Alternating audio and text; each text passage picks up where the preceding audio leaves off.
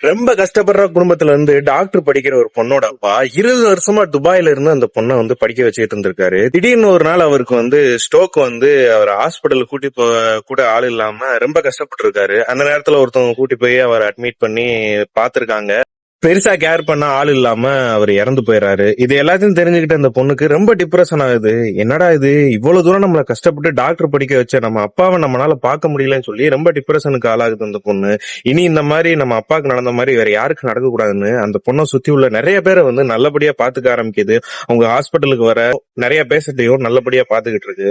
ஒரு நாள் திடீர்னு ஒரு ஆக்சிடென்ட் கேஸ்ல ஒரு பையன் அட்மிட் ஆகுறான். அந்த பையனை பாத்துக்க யாருமே இல்ல. அந்த பையன் ஒரு அனாதை பையன். சின்ன வயசுல இருந்து அந்த பையனுக்கு அப்பா அம்மா இல்ல. அவங்க சித்தப்பா வீட்டுல தான் வளர்ந்துருக்கான். ஒரு ஸ்டேஜ்ல அந்த பையனோட சித்தப்பா அவனோட சொத்து அப்படிலாம் எழுதி அவனை விரட்டி விட்டுறாங்க. இது எல்லாத்தையும் தெரிஞ்சுக்கிட்ட அந்த பொண்ணு அந்த பையனை நல்லா கேர் பண்ணிக்கிறது. ஹாஸ்பிட்டல்ல இருந்து அவன் வெளியில போற வர. அதுக்கப்புறம் அந்த பையனும் வெளியில போயிடுறான். ஒரு 2 வருஷம் கழிச்சு அந்த பொண்ணை அவன் மீட் பண்றான். மீட் பண்ணும்போது நார்மலா பேசுறான். பேசும்போது நீ இந்த அளவுக்கு கேர் பண்ண உங்களை பத்தி நான் தெரிஞ்சுக்காம இருந்துட்டேன், உங்களை பத்தி சொல்லுங்கன்னா அந்த பையன் கேட்கறான். அந்த பொண்ணு எல்லாத்தையும் சொல்லுது. இந்த மாதிரி எங்க அப்பா துபாயில இருந்தாங்க. அவங்க ஸ்ட்ரோக்ல ஹாஸ்பிட்டல் அட்மிட் பண்ண கூட ஆள் இல்லாம, கேர் பண்ண ஆள் இல்லாம இறந்து போயிட்டாங்க.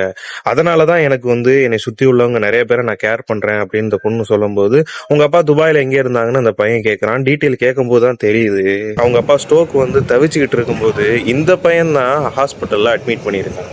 ஏன்னா சின்ன வயசுல உங்க சித்தப்பா சொத்துக்கு ஆசைப்பட்டு இந்த பையன் காலேஜ் முடிச்சோன்னா ஃபாரின்ல உனக்கு நல்லா படிச்ச வேலை இருக்குன்னு சொல்லி ஒரு டூரிஸ்ட் விசால துபாய்க்கு அனுப்பி வைக்கிறாரு. இருக்கிறதுல ரொம்ப டஃப்பான வேலைக்கு தான் அனுப்பி வைக்கிறாரு. அப்ப அந்த பையன் தெரிஞ்ச ஒருத்தவங்களோட ரூம்ல போய் ஸ்டே பண்றான். அப்ப இந்த பொண்ணோட அப்பா அந்த பையனுக்கு ஃப்ரெண்ட் ஆகுறாங்க. அந்த பையன் வேலை பிடிக்காம ஒரு வாரமா ரூம்லயே இருக்கான். அப்ப ரூம்ல இருந்த நிறைய பேர் நைட் ஷிஃப்ட் போயிட்டாங்க. அந்த பொண்ணோட அப்பா மட்டும் டே ஷிஃப்ட் பார்த்துட்டு தூங்கும்போது ஸ்ட்ரோக் ரொம்ப சிவியரா இருக்க நேரத்துல இந்த பையன் தான் கூட்டி போய் ஹாஸ்பிட்டல் அட்மிட் பண்ணிருக்கான்.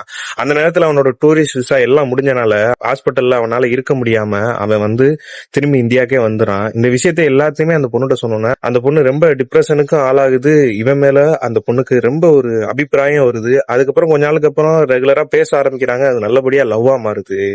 2 பேரும் ரொம்ப சந்தோஷமா லவ் பண்ணிட்டு இருக்காங்க. நிறைய இடத்துக்கு டிராவல் பண்றாங்க. ஒரு ஸ்டேஜ்ல அந்த பொண்ணு, இனிமே நீ அனாதை இல்ல, உனக்கு நான் இருக்கேன், என்னை நீ மேரேஜ் பண்ணிக்கிறியான்னு கேக்குது. இந்த பையன் ரொம்ப கண் கலங்கி அக்செப்ட் பண்றான். இப்ப 2 பேரும் இந்த உலகத்திலேயே ரொம்ப சந்தோஷமானவங்களா வாழ்ந்துகிட்டு இருக்காங்க.